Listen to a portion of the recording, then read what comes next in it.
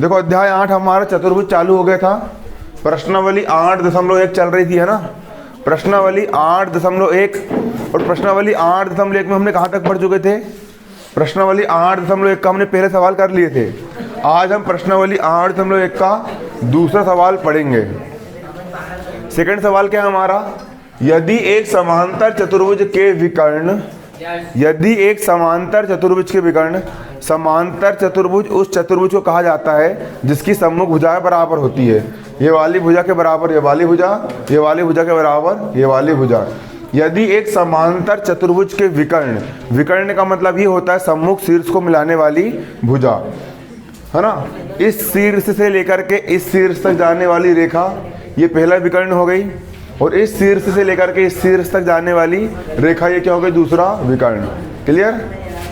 सिद्ध करो कि यदि किसी समांतर चतुर्भुज के यदि विकर्ण बराबर है, समांतर चतुर्भुज के विकर्ण बराबर हो भी सकते हैं और बराबर नहीं भी हो सकते। तुमको ये सिद्ध करना है कि अगर किसी समांतर चतुर्भुज के जो विकर्ण है अगर वो बराबर है, जितना बड़ा ये है उतना ही बड़ा अगर ये भी है, तो ये सिद्ध करो कि वो समांतर चतुर्भुज आयत बन जाएगा। क्या बन जाएगा? आयत।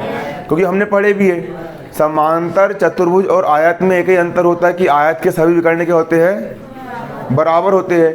और भाई अगर हम समांतर चतुर्भुज के विकर्ण बराबर कर दे, जितना बड़ा विकर्ण ये वाला है उतना ही बड़ा विकर्ण ये वाला भी कर दे हम, यदि हम समांतर चतुर्भुज के विकर्ण बराबर कर दे, जितना बड़ा विकर्ण ये है उतना ही बड़ा विकर्ण हम इसको भी कर दे, तो समांतर चतुर्भुज क्या बन जाएगा? तुम्हारा आयत बन जाएगा। तो देखो हल, सवाल समझ में आया ना? क्या सिद्ध करना है? ये सिद्ध करना है कि समांतर चतुर्भुज के अगर विकर्ण बराबर हो, मतलब जितना बड़ा तुम्हारा AC है उतने बड़ा अगर तुम्हारा BD भी हो गया, अगर दोनों के दोनों विकर्ण बराबर हो गए, तो ये सिद्ध करो कि ये जो चतुर्भुज है वो एक प्रकार का क्या है? आयत है। ये सिद्ध करके लेके आना है। क्लियर? तो समांतर चतुर्भुज ABCD के विकर्ण, किसके?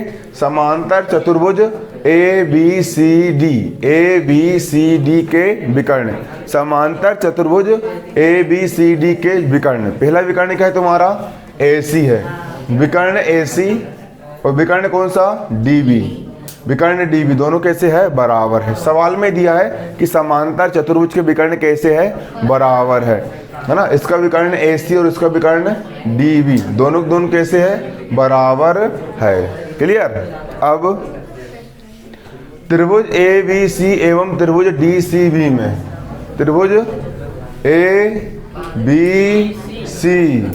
ABC लिख रहा है त्रिभुज ABC ये वाला त्रिभुज में, और त्रिभुज DCB में, और त्रिभुज DCB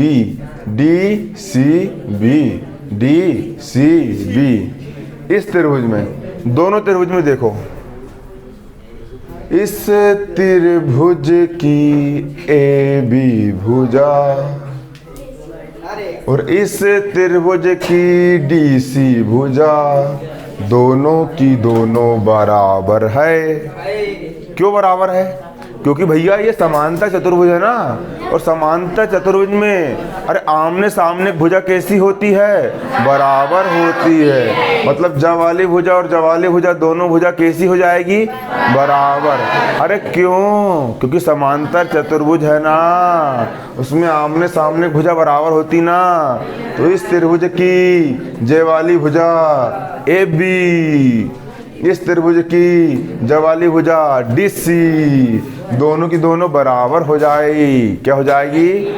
बराबर हो जाएगी। इसी के साथ साथ इस त्रिभुज की भुजा BC,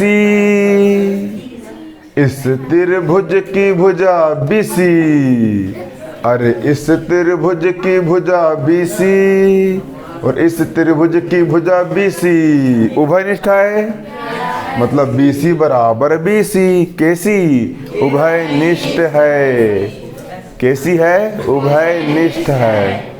तो देखो अरे इस त्रिभुज की जवारी भुजा इस त्रिभुज की जवारी भुजा के बराबर है, और इस त्रिभुज की ये वाली भुजा इस त्रिभुज की ये वाली भुजा के बराबर है। अरे इस त्रिभुज की ये वाली भुजा इस त्रिभुज की ये वाली भुजा के बराबर है। अरे तो जब एक त्रिभुज की तीनन की तीनन तीनों की तीनों जे जे जे एक त्रिभुज की तीनों भुजा दूसरे त्रिभुज की तीनों भुजा जे जे जे तीनों भुजा के बराबर हो, तो दोनों त्रिभुज कैसे होते हैं? सर्वांग सम होते हैं। कैसे होते हैं? मतलब त्रिभुज ए बी सी, अरे त्रिभुज ए बी सी और त्रिभुज डी बी सी, त्रिभुज डी सी बी, त्रिभुज डी सी बी, त्रिभुज डी सी बी कैसे होंगे? सर्वांग सम होंगे। अरे भुजा भुजा भुजा साइड साइड साइड सर्वांग समता से एक त्रिभुज की तीनों भुजाएं दूसरे त्रिभुज की तीनों भुजाएं के कैसी है? बराबर है। क्लियर? इसीलिए कैसे होंगे? सर्वांग सम होंगे। और जब एक त्रिभुज की तीनों भुजाएं दूसरे त्रिभुज की तीनों भुजाओं के बराबर होती है ना, तो दोनों त्रिभुज सर्वांग सम हो गए। और यदि त्रिभुज सर्वांग सम है, क्या बोला मैंने? यदि त्रिभुज कैसे है? यदि त्रिभुज सर्वांग सम है, यदि त्रिभुज सर्वांग सम है तो उनके सभी संगत कोण क्या होंगे?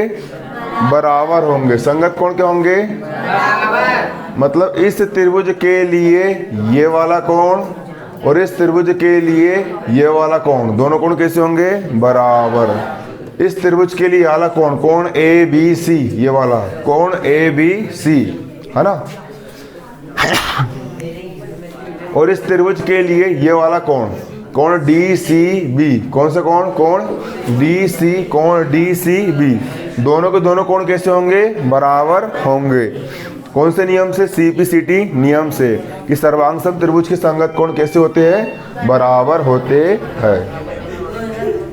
एक बात मैंने और बताया था कि जब दो समांतर रेखाओं को, पहली रेखा हो गई AB, दूसरी हो गई DC। अरे जब दो समांतर रेखा को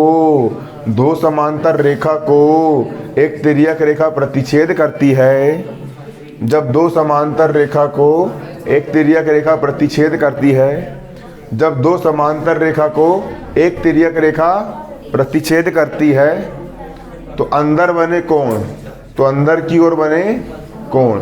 जब दो समांतर रेखा को एक तिर्यक रेखा प्रतिच्छेद करती है तो अंदर बने कोण, अंतः कोणों का योग 180 अंश होता है ना। मतलब ये वाला कोण धन ये वाला कोण, दोनों कोणों को आप जोड़ दोगे, कितना निकल के जाएगा? 180 निकल करके आ जाएगा। ये वाले कोण को हम क्या लिखेंगे? ये वाले कोण को हम लिख देंगे कोण ए बी सी। क्या लिख देंगे? कोण ए बी सी। ये वाले कोण को हम क्या लिखेंगे? इस कोण को हम क्या लिखेंगे? कोण डी सी बी। क्या लिख देंगे? कोण डी सी बी। और दोनों को हमने जोड़ दिए, दोनों को हमने जोड़ दिए, मतलब क्या निकाल लिए? योग निकाल लिए। कितना आएगा? 180 अंश।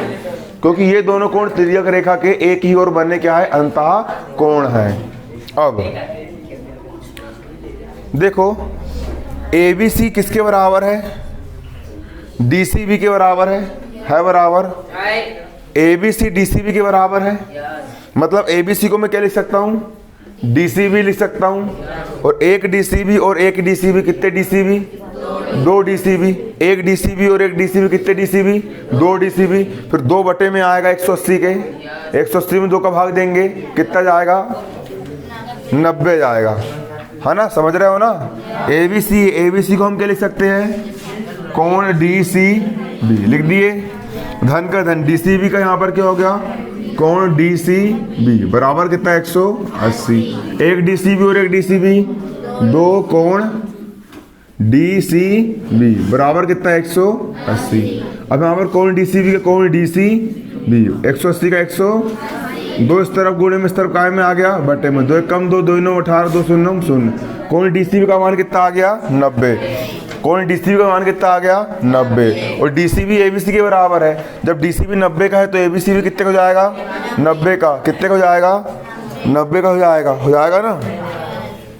कोण ABC, कोण ABC मतलब ये वाला कोण कितने अंश का आ गया, 90 अंश का आ गया। और कोण DCB, कोण DCB ये वाला कोण भी कितने अंश का आ गया, 90 अंश का आ गया। लेकिन हम लोग जानते हैं भैया, अरे हम जानते हैं, हम क्या जानते हैं, हम ये जानते हैं कि समांतर चतुर्भुज के सम्मुख कोण कैसे होते हैं, बराबर होते हैं। समांतर चतुर्भुज के सम्मुख कोण कैसे होते हैं, अरे बराबर होते हैं कि नहीं होते हैं, होते हैं ना। मतलब ये वाला कोण 90 का है तो ये वाला कोण भी 90 का होगा, ये वाला कोण 90 का है तो ये वाला कोण भी 90 का होगा, है ना कि नहीं। अरे ये सम्मुख कोण, इसका सम्मुख कोण जा वाला, इसका सम्मुख कोण ये वाला, ये 90 का, तो ये भी कितने का, 90 का। मतलब कोण A और कोण C बराबर है, कोण A और कोण C बराबर है। और इसका कोण B इसका कोण D के बराबर है, इसका कोण B इसके कोण D के बराबर है।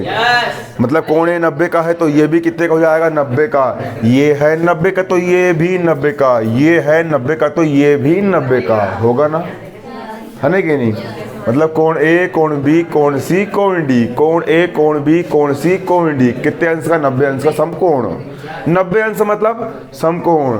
और मैंने बताया था यदि किसी चतुर्भुज के पूरे कोण 90 अंश के होते हैं, यदि किसी चतुर्भुज के, दिख रहा है यहाँ पर चतुर्भुज, यदि किसी चतुर्भुज के सभी कोण 90 अंश के हो, यदि किसी चतुर्भुज के सभी कोण कितने अंश के हो, 90 अंश के हो।